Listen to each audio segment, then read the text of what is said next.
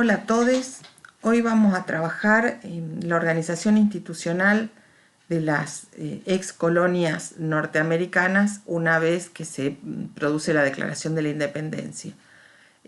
Ustedes en la clase anterior habrán visto cómo se van gestando las condiciones que propician el desarrollo del proceso revolucionario, pero también seguramente recordarán que planteamos que ese proceso revolucionario tiene como dos momentos, ¿no? Un primer momento que tiene que ver con la lucha contra un poder externo, concretamente en este caso el poder colonial inglés, y un segundo momento que tiene que ver con el modo en que esas ex colonias, una vez que declaran la independencia, transitan el camino que les va a permitir dotarse de un orden institucional que garantice el ejercicio de la libertad. Entonces, la declaración de la independencia en 1776 daría lugar al, bueno, digamos, a un punto de llegada ligado a la emancipación con respecto a un poder externo, el poder inglés, obviamente una cuestión que se termina de dirimir a través de la guerra,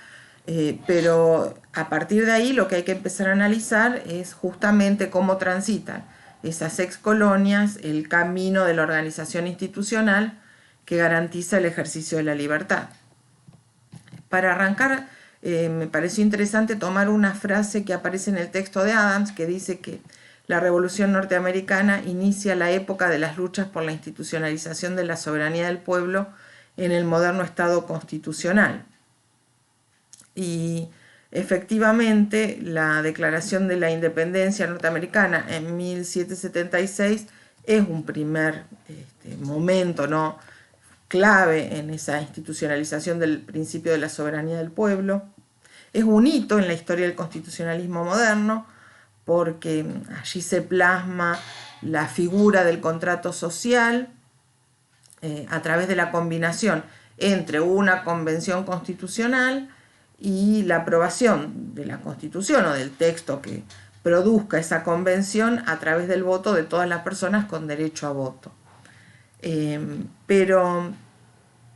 la cuestión es que a partir de la Declaración de la Independencia lo que habría que plantearse es qué pueblo va a ser el que encarna su soberanía en un determinado modelo institucional. La independencia la declaran las hasta entonces colonias, en tanto comunidades políticas plenas que a partir de ese momento se convierten en estados con atribuciones soberanas. Entonces, en esta primera etapa,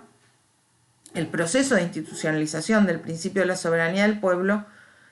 implica, en primer lugar, la organización de esas ex colonias como Estado soberano.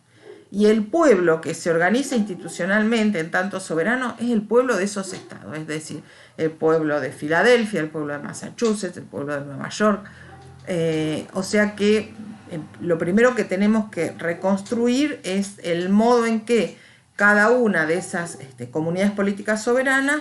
se va dando a sí misma un tipo de organización institucional con unas características que después iremos viendo que en un sentido se ajustan a esta idea de la necesidad de construir un orden que garantice el ejercicio de la libertad, ¿no? Y en segundo lugar, lo que van a ir discutiendo esas comunidades soberanas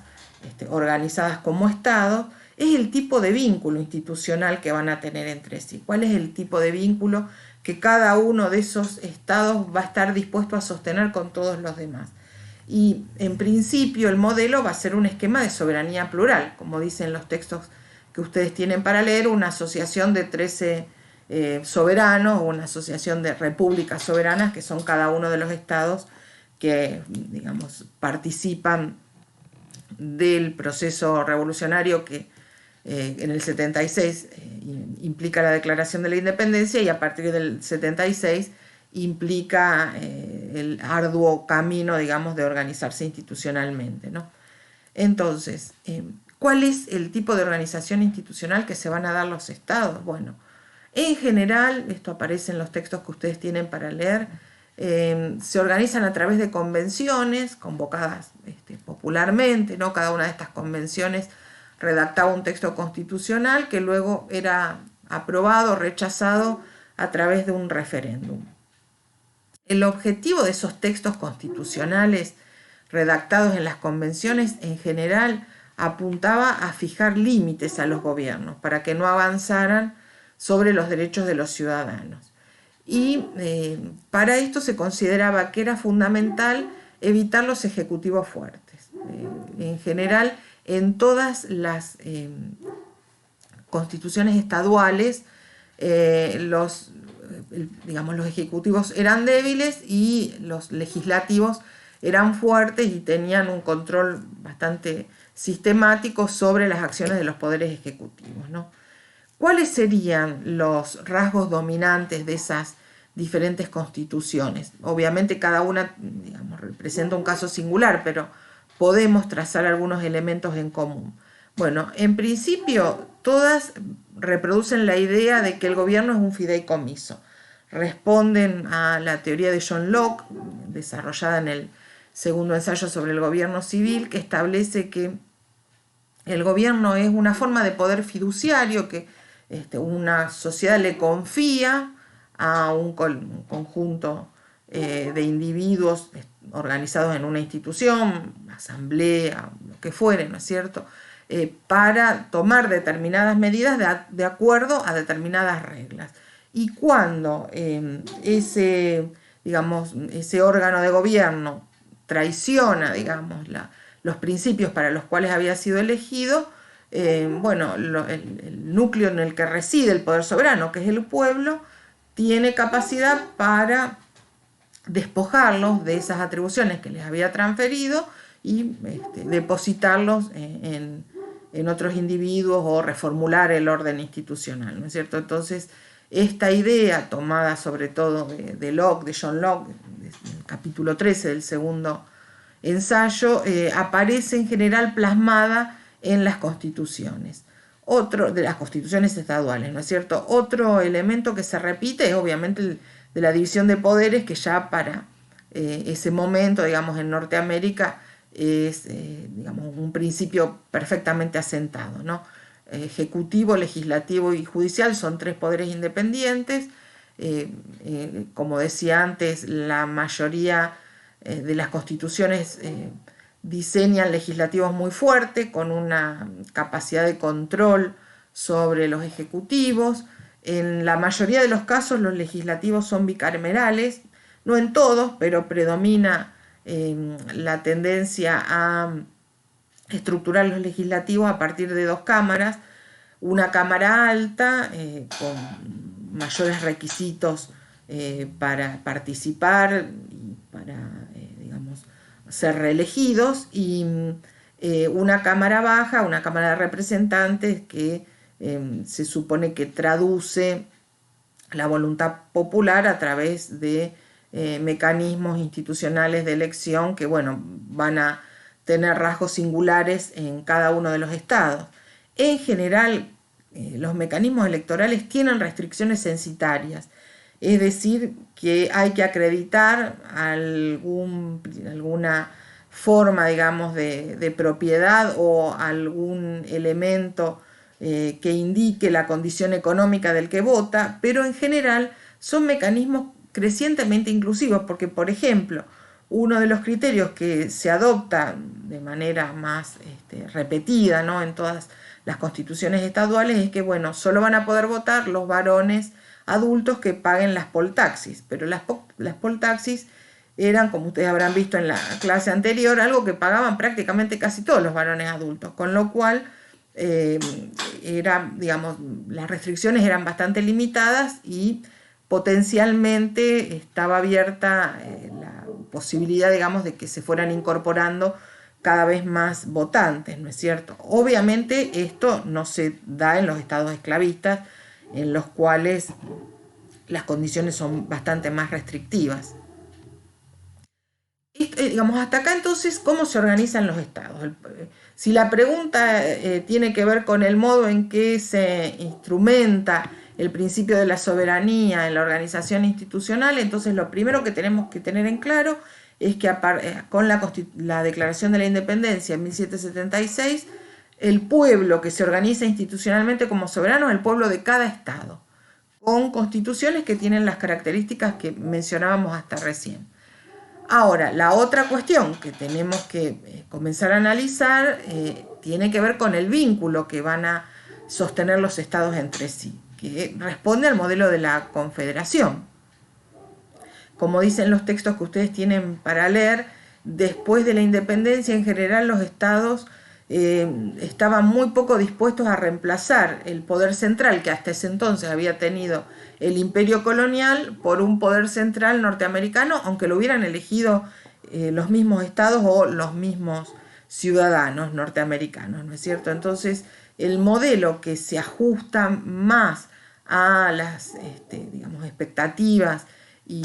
a las posiciones que sostienen cada uno de los estados, que se reivindica a sí mismo como soberano, es un esquema de soberanía plural, es decir, una asociación de comunidades políticas soberanas. Cada estado es soberano, se asocia en condiciones de paridad con todos los demás y definen el órgano institucional que va a representar ese vínculo de paridad entre estados soberanos.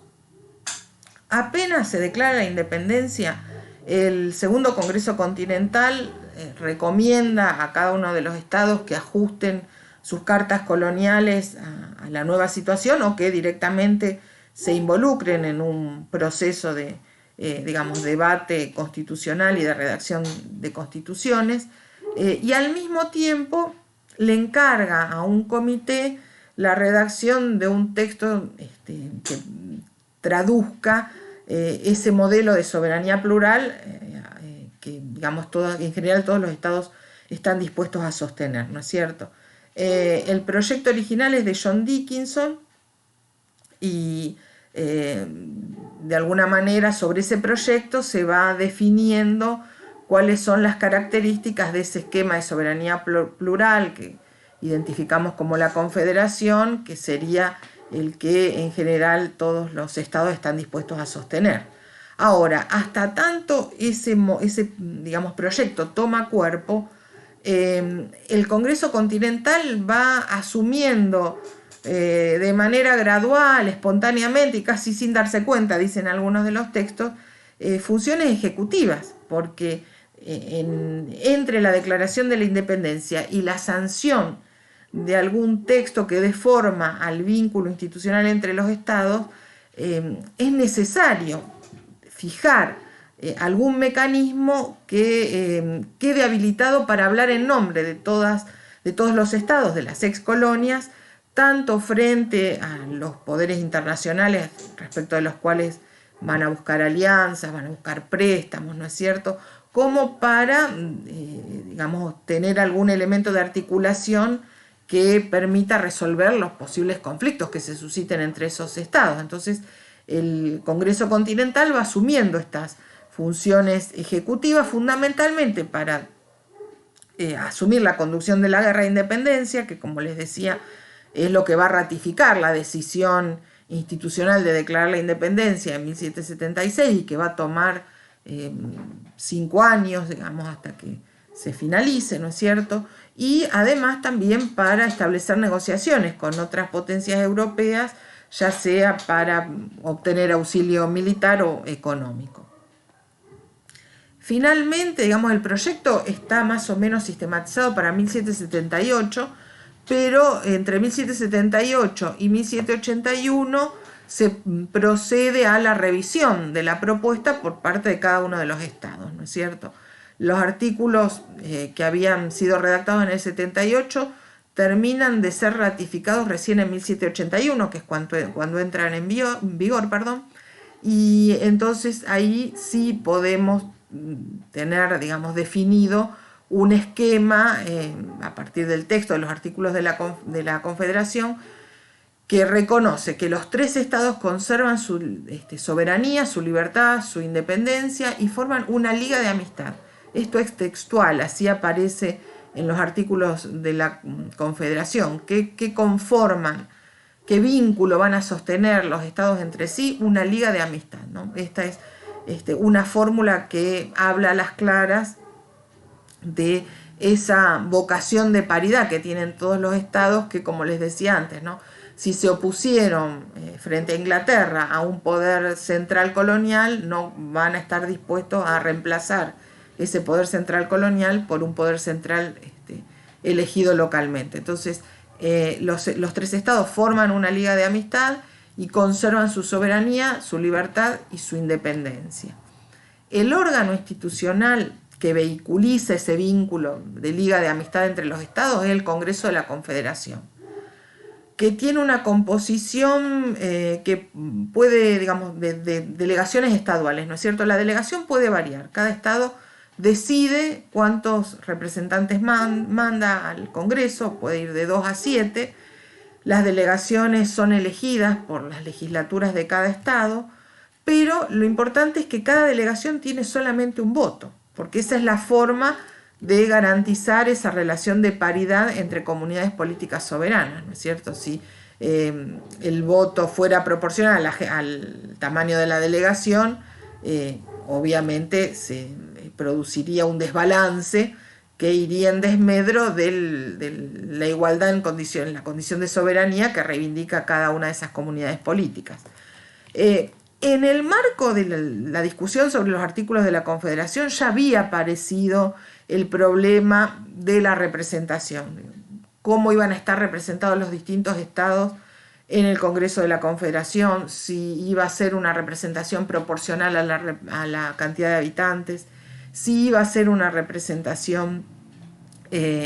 ligada a las contribuciones económicas, digamos, de cada uno de los estados a la caja del Congreso que, digamos, articulaba la política de los distintos estados, pero finalmente se opta por una representación igualitaria, que es la que mejor expresa la condición de soberanía de cada una de las comunidades políticas, de cada uno de los estados, ¿no es cierto? Si alguno de los estados hubiera tenido mayor representación o hubiera sido un voto proporcional a la cantidad de habitantes, evidentemente el peso de los estados con mayor población se habría impuesto sobre el resto de los estados y se habría, digamos, quebrado ese principio de paridad, de esa liga de amistad que componían los distintos estados, ¿no? Entonces, cada estado elige cuántos manda, puede ser de 2 a 7, pero cada delegación tiene un voto. Las funciones que va a asumir ese Congreso de la Confederación son sobre todo funciones ejecutivas. Y en realidad, digamos, las resoluciones que asume el Congreso de la Confederación no tienen capacidad de aplicación efectiva sobre los individuos, los habitantes o los ciudadanos de cada uno de los estados, sino que tienen capacidad de recomendación, sobre todo, sobre esas distintas unidades políticas que son los estados, ¿no? Entonces, son funciones ejecutivas que involucran a los estados en tanto comunidades políticas y no a los ciudadanos de cada uno de los estados. Y las atribuciones están ligadas sobre todo a la representación internacional, declarar la guerra, firmar la paz, establecer acuerdos comerciales que no vayan en contra de la legislación económica o comercial de cada uno de los estados, tomar empréstitos extranjeros sobre todo, ¿no? Arbitrar en posibles conflictos que pudieran surgir entre los distintos estados de la Confederación, emitir papel moneda, emitir bonos para pagar deudas, ¿no es cierto? ¿Cómo se financiaba el Congreso de la Confederación? Bueno, si nosotros lo primero que aclaramos es que las medidas que toma ese Congreso no se aplican sobre los ciudadanos de cada estado, sino que, digamos, tienen el estatuto de recomendaciones para cada uno de esos cuerpos políticos que componen la Confederación, las formas de financiamiento no van a poder tener que ver con políticas fiscales aplicadas a los ciudadanos. Esa es una atribución que se reserva a cada uno de los estados. Entonces, para funcionar, ese Congreso debe apelar a las contribuciones que le aporten los estados en su condición de comunidades políticas soberanas. Y cualquier modificación a los artículos de la Confederación, que básicamente tienen que ver con estas atribuciones que mencionaba antes, tienen que ser aprobadas por al menos 9 de los estados participantes. Es decir, cualquier cambio que se quiera hacer a ese articulado tiene que contar con la aprobación de por lo menos 9 estados. La Confederación, digamos, el periodo de la Confederación vio algunos éxitos y también enfrentó una serie de dificultades. El texto que ustedes tienen de Pérez Cantó dice que, bueno, la bibliografía sobre el periodo ha resaltado mucho más las dificultades o los fracasos de la Confederación que sus logros, que los hubo. En el plano económico, el texto, fíjense que señala una profunda transformación económica suscitada por la imposibilidad de comerciar con quien en ese momento es su enemigo en la guerra, que es Inglaterra, ¿no es cierto? Entonces hay todo un conjunto de productos que se obtenían a través del comercio con Inglaterra que van a tener que ser fabricados localmente, y eso efectivamente implica un cambio cualitativo muy significativo para la economía norteamericana. Por otra parte, la misma actividad de la guerra, ¿no?, es un estímulo para la producción de todos los insumos necesarios para el ejército, digamos, desde, no sé, uniformes hasta las armas. Y otro gran éxito de la Confederación es la resolución legal del tema de la expansión hacia el oeste. Si ustedes se acuerdan, en la clase anterior habrán visto que después de la Guerra de los 7 años, Inglaterra detiene la expansión hacia el oeste. Digamos, en las cartas coloniales en general se establecía que los Apalaches eran el límite natural para las colonias inglesas en Norteamérica, y bueno, cualquier avance hacia el otro lado de los Apalaches tenía que ser aprobado por la corona. Pero a partir de la Guerra de los 7 años, la corona, por motivos distintos, que van desde evitar conflictos innecesarios con las poblaciones indígenas norteamericanas hasta, digamos, poner un límite a la especulación inmobiliaria, digamos, la especulación en tierras que se generaba con la posibilidad de avanzar hacia el otro lado de los Apalaches, digo, un rango de motivos diversos que incluyen estas dos cuestiones que mencionaba, decide detener la expansión hacia el oeste. Y esto es uno de los motivos que la bibliografía que ustedes tienen para leer baraja como explicación de por qué en general los indios norteamericanos estaban mucho más dispuestos a apoyar al ejército inglés que al ejército emancipador, digamos, porque pensaban que de los norteamericanos lo único que iban a conseguir era, bueno, ser objeto de mayores intentos de exacción económica, ¿no?, que les iban a quitar tierras, los iban a forzar a un comercio desventajoso. Entonces les parecía, dicen los textos que ustedes tienen para leer, que finalmente frente a esos colonos angurrientos, la corona inglesa era una forma de protección. Pero una vez que se declara la independencia, la expansión al oeste avanza de manera muy desordenada, dicen los textos, con un proceso de especulación notable, ¿no?, en el cual hay muchos grupos económicos, diríamos, que tienen muchas fichas puestas en la posibilidad de obtener tierras del otro lado de los Apalaches para revenderlas, arrendarlas, etc. Y es finalmente el Congreso de la Confederación el que termina regulando las condiciones para la expansión hacia el oeste, quiénes van a poder hacerlo. En principio eran 3 estados los que estaban habilitados, qué condiciones, etc. Ahora, también es cierto que el Congreso, el periodo de la Confederación, perdón, atraviesa lo que en la historiografía se ha caracterizado como el periodo crítico norteamericano, ¿no? Y el periodo crítico, ¿con qué tiene que ver? Bueno, tiene que ver con situaciones económicas frente a las cuales las limitadas atribuciones del Congreso de la Confederación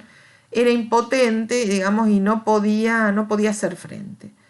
En principio, no podía hacer frente a las deudas contraídas durante la guerra. Tanto las guerras con las potencias europeas como con los productores locales que abastecieron al ejército, ¿no? ¿Y por qué no puede hacer frente a la deuda, digamos, la deuda externa e interna, digámosle, para simplificar? Básicamente porque no puede fijar impuestos, depende de las contribuciones de los estados, pero no puede fijar impuestos que recaigan sobre los individuos, porque como les decía antes, esta es una atribución de los gobiernos estaduales, ¿no? Entonces, esta imposibilidad de hacer frente a las deudas contraídas durante la guerra genera, digamos, descontento a escala local de aquellos que han abastecido al ejército y no pueden cobrar o cobraron con bonos que se desvalorizan, y frente a las potencias extranjeras, que como dice el texto de Pérez Cantó, en un momento empiezan a pensar, bueno, en realidad, ¿a quién le están prestando? Digamos, ¿cuál es el sujeto político que se hace responsable de esos empréstitos tomados? ¿Es el Congreso de la Confederación? ¿Son los estados en su condición de comunidad política soberana? Y por lo tanto empiezan a restringir el flujo de préstamos en una situación económica que era bastante asfixiante, ¿no? Y la otra cuestión que también se liga a esas atribuciones limitadas del Congreso, que incide en ese periodo crítico, es que los bonos o el papel moneda que emite el Congreso pierde valor, los tenedores de ese papel moneda o de esos bonos reclaman ante el Congreso, entran en bancarrota, hay un profundo periodo de agitación social. Por ejemplo, muchos de los pequeños propietarios rurales que habían abastecido al ejército para la alimentación de los soldados se encuentran con bonos que nadie quiere aceptar, entran en bancarrota, hay un periodo, digamos, en el cual muchas de las tierras van a remate por incapacidad de sus propietarios de hacer frente a las deudas fiscales, ¿no? Y este periodo genera una profunda agitación social. De hecho, en el texto de Morgan, que ustedes también tenían para leer puntualmente para el debate constitucional de 1787, se hace referencia a la necesidad de la legislatura de Massachusetts de, digamos, obligar a que se acepten los bonos y el papel moneda como medio de pago, para evitar el descontento social, digamos, de los tenedores de esos bonos o de ese papel moneda. Pero esta medida, ¿qué genera? El rechazo de los acreedores, que no quieren cobrar sus deudas con papel moneda o con bonos que no tienen ningún valor. Y por eso uno de los argumentos que empieza a circular y que capitalizan los partidarios, digamos, de poner fin al modelo de la Confederación, es el de la amenaza a la propiedad privada que, digamos, atraviesa esa situación de profunda agitación social, porque, bueno, frente a los reclamos de los sectores desposeídos, digamos, los gobiernos se ven forzados a aceptar que, digamos, los bonos o el papel moneda sean medios de pago, sean recibidos como medios de pago y esto, digamos, lesiona el derecho de propiedad de los acreedores. En este marco, lo que se produce son propuestas, en principio, de revisión de los artículos de la Confederación. En 1786 se convoca una convención en Anápolis, pero esa convención fracasa, van solo representantes de 5 estados y lo que resuelven es convocar a una nueva convención en Filadelfia para el año siguiente, en la cual, digamos, se garantice la participación de la mayoría de los estados y se pueda discutir, bueno, qué retoques, podríamos decir en principio, se le deberían hacer a los artículos de la Confederación. Pero en la Convención de Filadelfia, hay 2 proyectos circulando, digamos. Uno, el Plan New Jersey, es justamente, digamos, consistente en esto que decíamos, retocar los artículos de la Confederación sin perder, digamos, el espíritu general de ese texto, que consiste fundamentalmente en asegurar las reivindicaciones soberanas de los distintos estados, ¿no es cierto? Y el otro, el Plan Virginia, que propone un cambio sustancial, digamos, que de hecho es digamos, un punto de inflexión en ese modelo e implica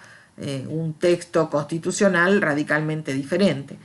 En la secuencia histórica, digamos, lo que ocurre es que los delegados de Virginia llegan a la Convención de Filadelfia en el 87 con un plan que después vamos a analizar más minuciosamente, que consiste como les decía, no en retocar simplemente los artículos de la Confederación, sino en, podríamos decir, barajar y dar de nuevo en el modelo institucional que están teniendo, a través del cual se están articulando las relaciones entre los estados, ¿no es cierto? Y ante, digamos, la avanzada de la delegación de Virginia, con este plan que consiste en un cambio sustancial, un grupo de delegados pide unos días para elaborar un proyecto alternativo que es el Plan New Jersey. Pero bueno, como vamos a trabajar mucho más sistemáticamente el Plan Virginia, vieron cómo es esto, ¿no? En general los que ganan siempre reciben más páginas de la historia. Vamos a empezar por el Plan New Jersey para mencionar algunas cuestiones y después adentrarnos en las características del modelo que finalmente se termina imponiendo, ¿no es cierto? El Plan New Jersey, como les decía, busca mantener ese modelo de soberanía plural de la Confederación. No quiere renunciar al mantenimiento del estatuto de estados soberanos para cada una de las comunidades políticas que componen la federación, pero están dispuestas a hacer concesiones, incluso a transferirle atribuciones fiscales al Congreso. En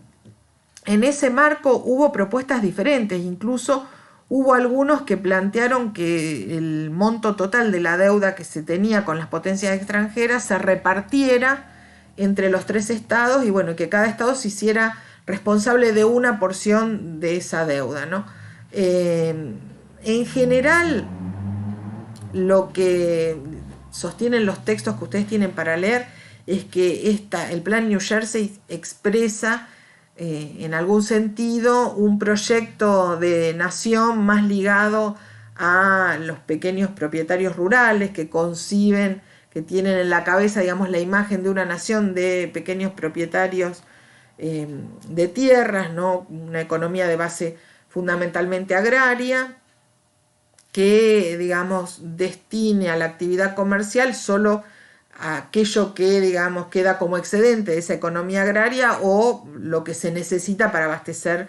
a esa economía agraria. El texto de Adams los caracteriza como agrarian localist. ¿Por qué agrarian localist? Agrarian por esto que decíamos, ¿no? Porque conciben un Estados Unidos conformada por pequeños propietarios rurales, y localist porque dicen los textos, el de Adams, el de Morgan que ustedes tienen para leer, que en ese contexto lo que se les achaca a los que defienden esta perspectiva es que tiene una visión muy local de la política, que no pueden pensar en una escala más continental, en un modelo que digamos pueda traducir los intereses no solo de los grupos locales a los que cada uno de estos sectores está representando, sino que se pueda ver, digamos, un proyecto de escala global que abarque el conjunto de los estados norteamericanos, ¿no? Entonces, por eso la bibliografía los caracteriza como agrarian localists. Este proyecto, como les decía, fracasa, aunque hay que decir que los que defendían el modelo de la Confederación obtienen por lo menos algunas victorias en el marco de la discusión del Plan Virginia, que bueno, ahora vamos a ir viendo, ¿no es cierto? El Plan Virginia, si el Plan New Jersey es, como dicen los textos, la expresión de un grupo que concibe a Estados Unidos como una nación de pequeños propietarios rurales, el Plan Virginia es la expresión de un grupo que apuesta a convertir a Norteamérica en una nación comercial, industrial y financiera, commercial cosmopolitan, como les dice el texto de Adams, y para eso, digamos, para que Estados Unidos se convierta en una nación comercial, industrial y financiera, se necesitan de las atribuciones de un poder central que oriente la política económica en ese sentido, ¿no? Apuntando a objetivos comerciales, industriales y financieros a través tanto de regulaciones comerciales, obras de infraestructura, un esquema jurídico unificado, por ejemplo, leyes comerciales o la supresión de aduanas internas, por ejemplo. En este sentido, la idea, digamos, de una nación industrial, comercial y financiera hace que este grupo conciba que el Estado federal no es una carga, digamos, es un instrumento. Mientras que, como dicen los textos que ustedes tienen para leer, para los agrarian localists, vamos a tomar la caracterización que hace Adams, cuando se evalúa, digamos, un proyecto político, lo que entra en juego en el cálculo, digamos, de esa evaluación es cuán oneroso puede ser el Estado para estos pequeños propietarios rurales. A la inversa, digamos, para estos que apuestan a convertir a Estados Unidos en una nación comercial, industrial y financiera, el Estado no es concebido como una carga, sino como un instrumento. No importa si hay que financiar un Estado más complejo,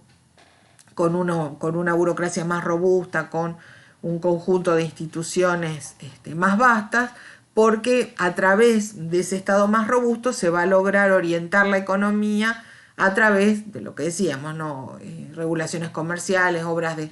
puertos, caminos, un esquema jurídico.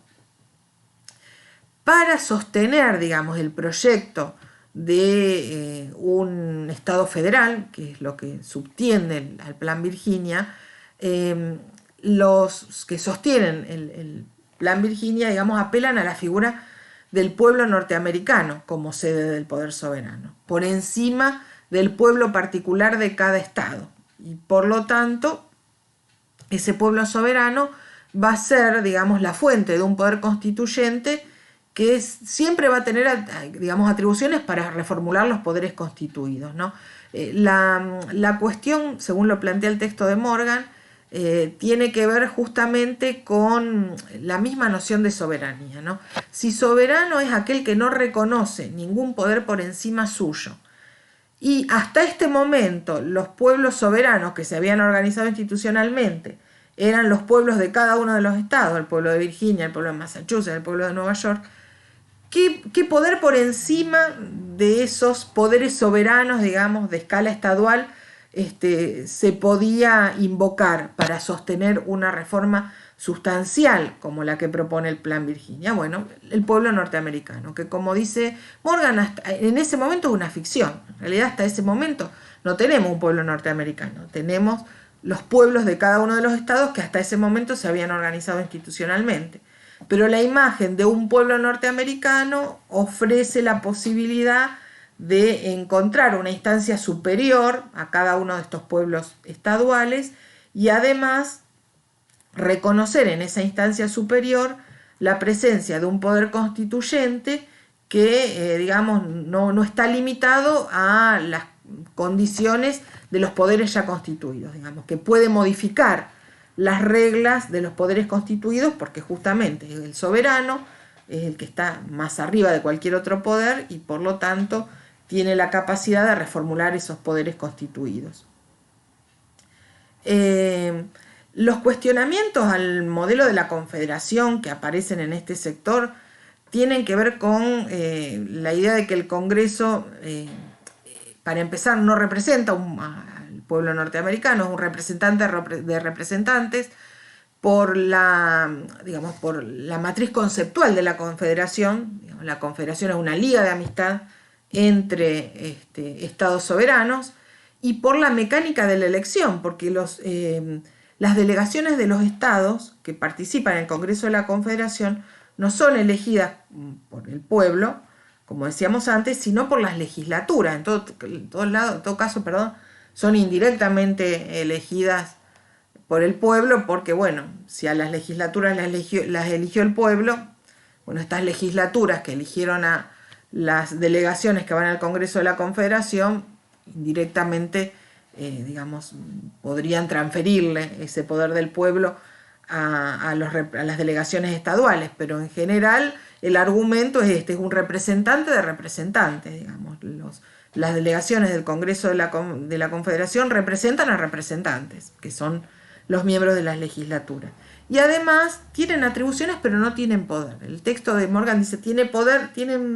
poderes pero no tienen poder. Bueno, yo preferí traducir poderes como atribuciones, porque efectivamente tienen unas funciones asignadas estatutariamente por los 11 artículos de la Confederación, pero no tienen el poder efectivo de instrumentarlas, no tienen el poder de volverlas vinculantes, obligatorias, como por ejemplo esto de financiarse con contribuciones voluntarias de los estados, ¿no? Bueno, ¿cuál es la capacidad que tiene ese Congreso para volver obligatoria la contribución al mantenimiento del funcionamiento del Congreso? Ninguna, en realidad depende de la buena voluntad de las autoridades estaduales. En este marco, entonces, lo que va a ser el Plan Virginia es, digamos, como decía antes, barajar y dar de nuevo, no se retocan los artículos, sino que se dicta una constitución sustantivamente diferente al esquema preexistente, ¿no es cierto? En el artículo 51 del Federalista, que es el texto, digamos, que hace la exégesis de la Constitución una vez que ésta ha sido sancionada en la Convención, lo que se va a plantear es que el poder del que se desprende el pueblo cuando forma un gobierno, dicen los federalistas, se traslada a dos gobiernos distintos, ¿no? Si el ciclo revolucionario que se inicia con la Declaración de la Independencia norteamericana, como dice el texto de Adams, es un primer hito, ¿no?, en ese proceso por el cual un pueblo soberano se organiza institucionalmente en un Estado constitucional. Bueno, la transferencia de poder que hace el pueblo con esta Constitución de 1787,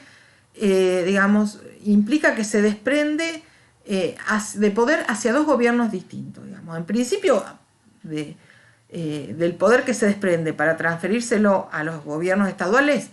eso ya ha ocurrido con las constituciones estaduales que se empiezan a redactar o a reformular a partir de 1776. Lo que hace la Constitución Federal de 1787 es, digamos, asentar, digamos, en el pueblo como una figura abstracta comprendida por individuos, ese pueblo norteamericano, digamos, el núcleo de un acto de, digamos, de alienación voluntaria del poder, en este caso a un gobierno federal, ¿no? Entonces uno podría pensar que cada individuo, digamos, cada ciudadano norteamericano se ha alienado, se ha enajenado voluntariamente del poder, pero en favor de dos gobiernos distintos, un gobierno estadual y un gobierno federal. ¿Por qué remarcan esta cuestión los defensores de la Constitución? Bueno, porque justamente lo que quieren dejar en claro es que la Constitución Federal de 1787 no lesiona, digamos, ningún atributo de los gobiernos estaduales. Lo que modifica es el tipo de vínculo que van a tener los distintos estados entre sí y, digamos, el formato institucional a través del cual se va a vehiculizar ese vínculo entre los estados, ¿no? Entonces, es importante remarcar para los defensores de la Constitución que esa Constitución no modifica las características de la organización de los gobiernos estaduales, pero suma una instancia nueva de poder que sería la del Estado federal, ¿no? Que el Estado federal es el que opera a escala nacional. ¿Cuáles son las características de ese Estado federal? Bueno, en principio, digamos, va a responder al modelo de división de poderes, va a tener un poder ejecutivo, un poder legislativo y un poder judicial. El poder ejecutivo se va a, digamos, elegir por mecanismos indirectos. Lo que hacen los ciudadanos es elegir electores que a su vez van a elegir al presidente. ¿Cómo se eligen los electores? Bueno, acá hay una combinación de criterios que después vamos a revisar también a partir de uno de los artículos del Federalista, el 39, una combinación de criterios que implican que se respeta simultáneamente, digamos, el carácter soberano de los estados y el alcance nacional de la autoridad, digamos, que se va a instalar a través de la elección, ¿no es cierto? ¿Por qué? Porque cada estado tiene una cantidad de electores que es proporcional a la población. Y en este sentido, obviamente, podríamos decir, los estados no van a estar en situación de paridad porque no todos los estados tienen la misma población. los estados que tienen más población van a tener más electores. Pero ¿qué pasa? El candidato que gana entre los electores de cada estado se lleva, digamos, se lleva a todos los electores, que es lo que ahora se conoce como el cachol. El que gana se lleva todo. Si ustedes piensan lo que pasó en la última elección en la que se enfrentaron Trump y Hillary Clinton, bueno, una de las cuestiones que se mencionaba es que Clinton era la candidata que había perdido con más diferencia de votos individuales a favor en esa elección. Digamos, si uno tomaba los votos individualmente, Clinton tenía 2,5 millones más de votos que Trump. Pero ¿qué pasa?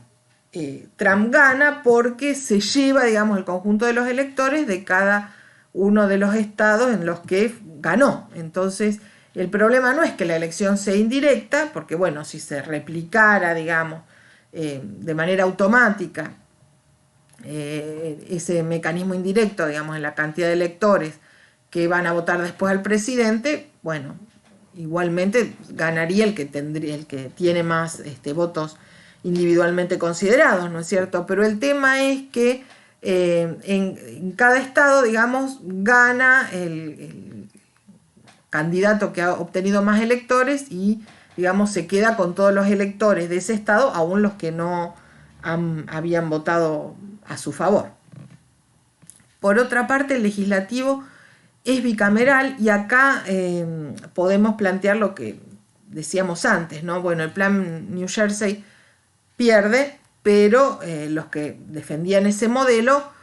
tienen cierta capacidad de negociación que les permite incidir en el producto constitucional que se va a aprobar de manera definitiva en la Convención de Filadelfia a través de un legislativo bicameral en el cual el Senado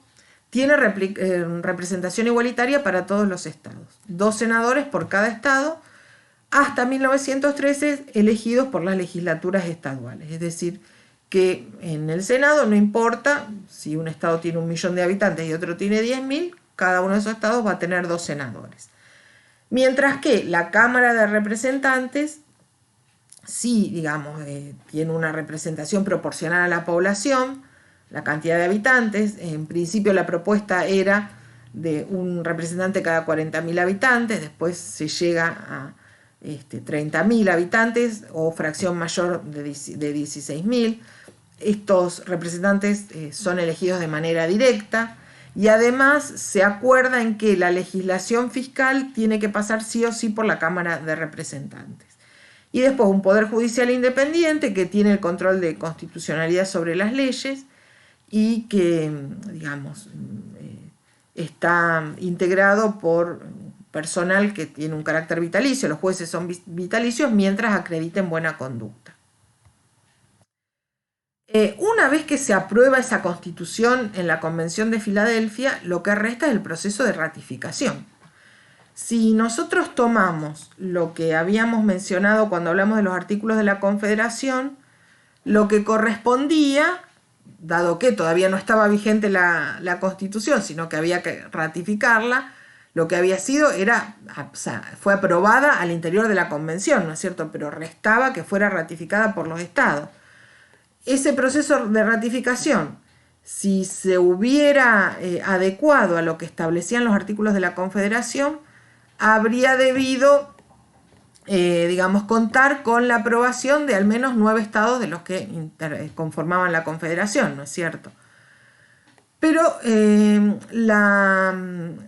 digamos, en la Convención de Filadelfia se establece, digamos, reforzando este principio de la soberanía del pueblo norteamericano, que la Constitución debía ratificarse a través de una convención con miembros elegidos ex profeso, digamos, para aprobar o rechazar esa Constitución, y que esos miembros de la convención debían ser elegidos directamente por el pueblo de cada uno de los estados, ¿no? Con lo cual, los adversarios de la Constitución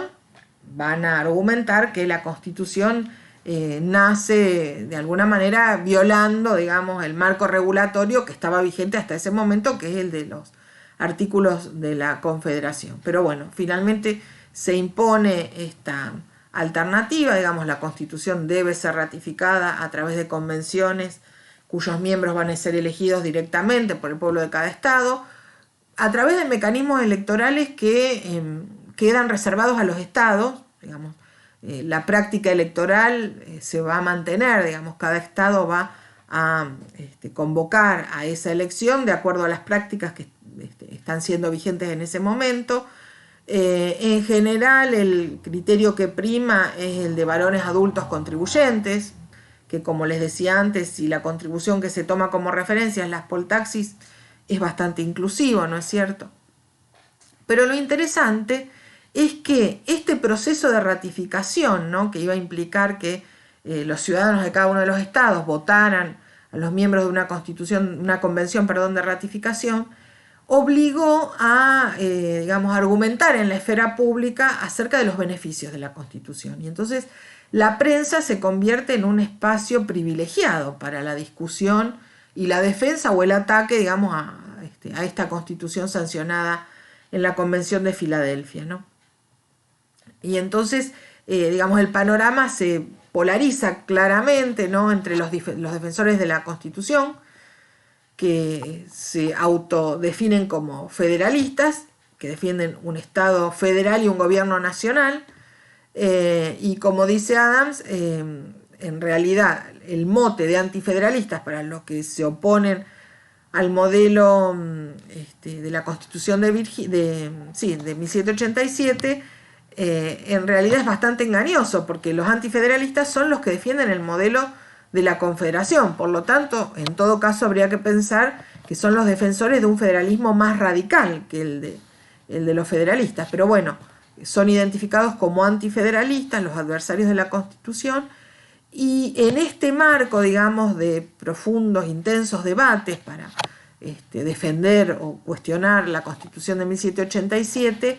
en el cual, como les decía antes, la prensa se vuelve el espacio de circulación, digamos, de argumentos en pro y en contra de la Constitución, el espacio privilegiado, surgen los artículos que después son compilados como el Federalista. ¿El Federalista qué es? Es la reunión de los artículos que los partidarios de la Constitución van a publicar en los diarios norteamericanos, fundamentalmente en los diarios de Nueva York. Son artículos escritos por James Madison, Alexander Hamilton y John Jay. Y como dicen casi todos los historiadores, yo tomé la cita de Adams, pero en general todos coinciden en que esos artículos son un auténtico comentario constitucional y una obra clásica de la teoría política norteamericana. Y en realidad, digamos, siguiendo las argumentaciones de los artículos del Federalista, o de los artículos después compilados bajo el rótulo de El Federalista, efectivamente uno tiene una especie de glosa muy clara que, digamos, no solo describe los artículos de la Constitución y, bueno, se explaya sobre el funcionamiento institucional que habilitaría esa Constitución, sino que además digamos, toma contacto con lo que aparece como el espíritu, digamos, las ideas que subyacieron a la aprobación de esa Constitución. ¿Cómo se define el modelo institucional de 1787 en el Federalista? Bueno, acá tomamos el Federalista 10 que ustedes tenían para leer. ¿Qué dice Madison de esa Constitución? Bueno, que esa Constitución lo que establece es una república, no una democracia, dice, es una república o gobierno que se basa en la representación, por oposición a la democracia, que se identifica con la democracia directa y a la cual se caracteriza como turbulenta, desorganizada.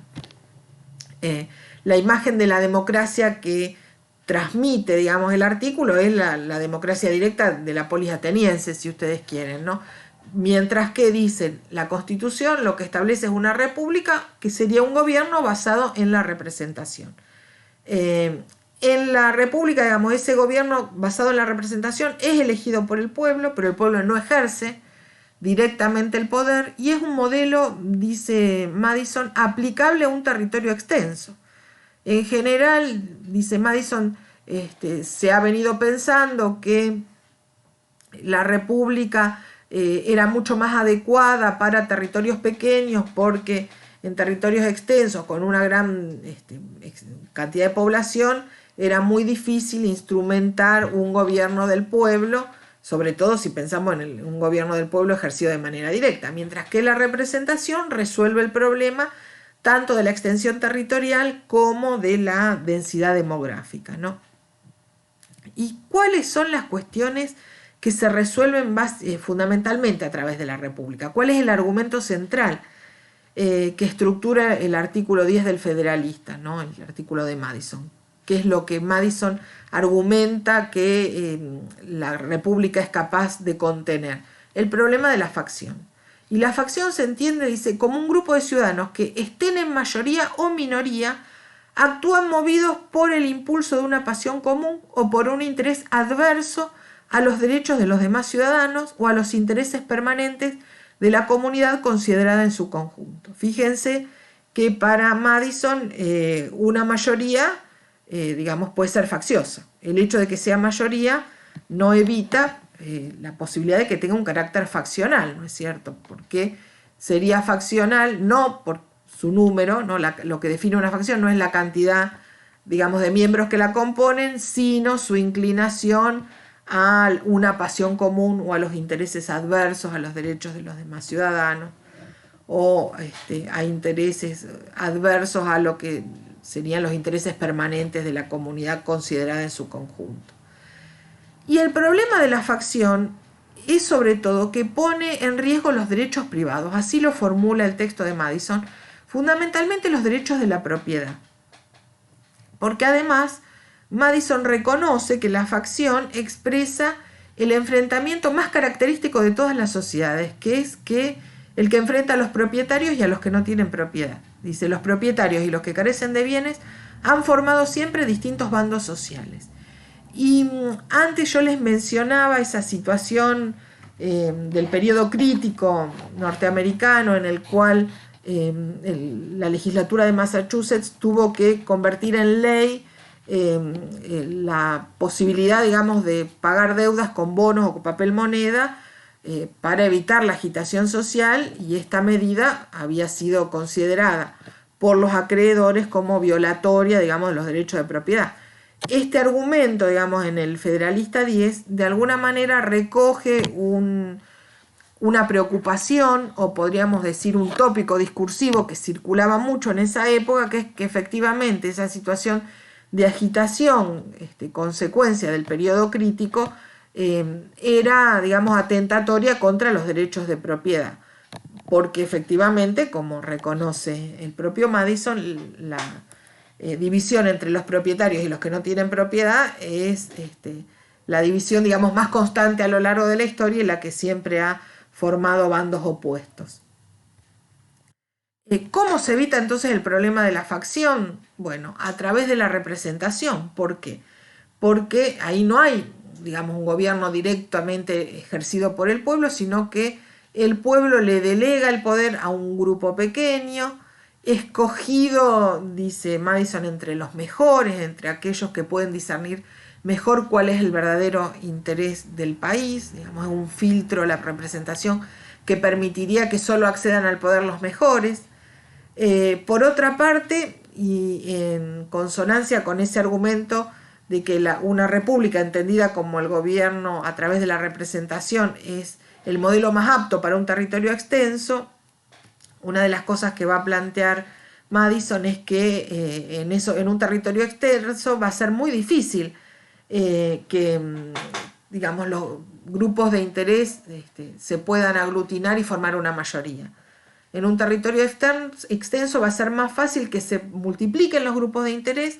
que esos grupos de interés puedan estar representados en el poder legislativo y que a través de esta representación encuentren una voz en el poder legislativo, pero no, digamos, sea posible o no sea fácil que esos múltiples grupos con voz en el Parlamento, en el Congreso, puedan articularse de manera de formar una mayoría que, digamos, avance sobre los derechos de las minorías, ¿no? Y por otra parte, la representación es lo que permite, digamos, concebida en estos términos, ¿no? Es lo que permite tener, digamos, una visión global, continental, de los intereses más permanentes de la comunidad política, como dice Madison, por oposición a lo que decíamos antes, ¿no? a la imputación, digamos, de localismo para las formas de representación o dominantes en los gobiernos estaduales o impulsadas por los adversarios de la Constitución que pretenden un modelo confederal, ¿no es cierto?, y que tienen esa visión, digamos, más local, acotada, mientras que en este esquema va a ser posible traducir en el plano político intereses de una escala más global, de una escala continental, que permitan estructurar, digamos, ese proyecto de una nación, sobre todo, digamos, de una nación industrial, comercial y financiera, como según Adams es el que está detrás del Plan Virginia. Acá otra cuestión que es interesante, y con esto ya podríamos cerrar, es cómo argumentan los defensores de la Constitución de 1787, los defensores del Estado federal, frente a los que cuestionan ese modelo político o político institucional, ¿no es cierto? Lo que hace también Madison en el Federalista 39, que ustedes tienen para leer, es definir, digamos, dos principios que estructuran el poder gubernamental en esa Constitución, que es el nacional y el federal. Digamos, el poder es nacional cuando se dirige al pueblo entendido como individuos que componen una sola nación. Y el poder se ejerce con la lógica federal cuando se dirige al pueblo entendido como componente de los varios estados que componen, digamos, que integran Norteamérica, ¿no? Estados que son independientes entre sí y a los cuales pertenecen los individuos. Entonces, lo que va a decir Madison es que en la Constitución de 1787 se combinan estos dos principios, ¿no? Si un gobierno es nacional cuando ejerce el poder sobre los individuos y es federal cuando actúa sobre los cuerpos políticos, es decir, que en todo caso llega a los individuos solo a través del modo en que actúa sobre los cuerpos políticos, en este caso los estados, el de Estados Unidos, entonces, dice Madison, es un gobierno mixto, porque la jurisdicción nacional, es decir, aquella que se digamos, ejerce, se aplica a los individuos en tanto miembros de una sola nación, se remite a ciertos objetos, algunas cuestiones de política fiscal, por ejemplo, la declaración de la guerra, la representación nacional, mientras que deja a los estados, dice Madison, una soberanía residual e inviolable sobre todas aquellas cuestiones sobre las que el gobierno nacional no, digamos, reclame su jurisdicción. Entonces, en este marco, digamos, en este esquema de qué es lo nacional, lo que es lo federal, lo que va a hacer el Federalista 39 es mostrarnos cómo desde el mismo proceso de ratificación hasta el modo en que funcionan los distintos poderes, uno puede visualizar la combinación de lo nacional y lo federal. Por ejemplo, en el proceso de ratificación de la Constitución, dice Madison, se combina el principio nacional y el federal. ¿Por qué? Porque, como decíamos antes, bueno, si los electores son elegidos en función, perdón, los miembros de la Convención de Ratificación son elegidos en función de la cantidad de habitantes de cada uno de los estados, lo que se está considerando es un colectivo global abstracto, el pueblo, concebido como la sumatoria de los distintos individuos, ¿no? Y en ese caso, bueno, los estados que tienen más habitantes van a tener más representantes en la convención de ratificación. Pero, ¿qué pasa? El voto vale por estado, digamos, una vez que están reunidos en la convención en cada estado, esos miembros van a votar a favor o en contra, pero el resultado que se impone es el resultado ganador al interior de cada estado, digamos, no es que se proyectan los votos afirmativos a una convención nacional, no, porque esa convención es estadual, digamos, y en cada estado, digamos, bueno, se impone la aceptación o la negación, y esa es la votación que vale para evaluar, digamos, el proceso de ratificación, ¿no es cierto?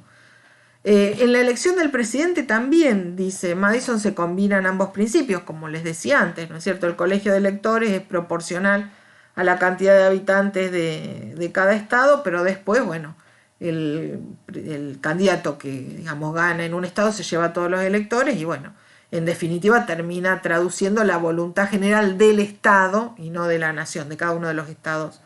particulares, ¿no? Y en el legislativo también, digamos, ahí funciona el principio de lo nacional en la Cámara de Representantes, que deriva su poder del pueblo norteamericano, mientras que el Senado, digamos, expresa la lógica de un poder federal, en el cual, digamos, el carácter del vínculo entre los estados tiene que ver con su condición de sociedades políticas y coiguales. Esto también está tomado casi textual del Federalista. Bueno, por último, para cerrar, lo que, digamos, vale la pena considerar, sobre todo para las dos clases que nos quedan de esta unidad, que apuntan, digamos, a la trayectoria económica, a la trayectoria política de Norteamérica, digamos, hasta la década de 1820, en relación a la Constitución, es el modo en que la Constitución se convirtió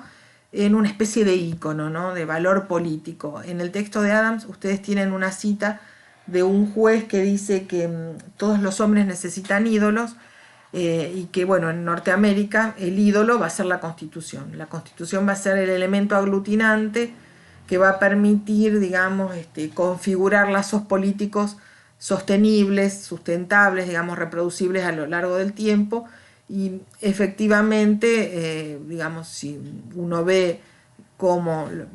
avanza la trayectoria político-institucional, económica, social norteamericana en las décadas siguientes, el peso de la Constitución es importante. Incluso, digamos, pensando en una cuestión que también aparece en los textos, ¿no?, en cómo aquellos que, bueno, no estaban de acuerdo, los antifederalistas,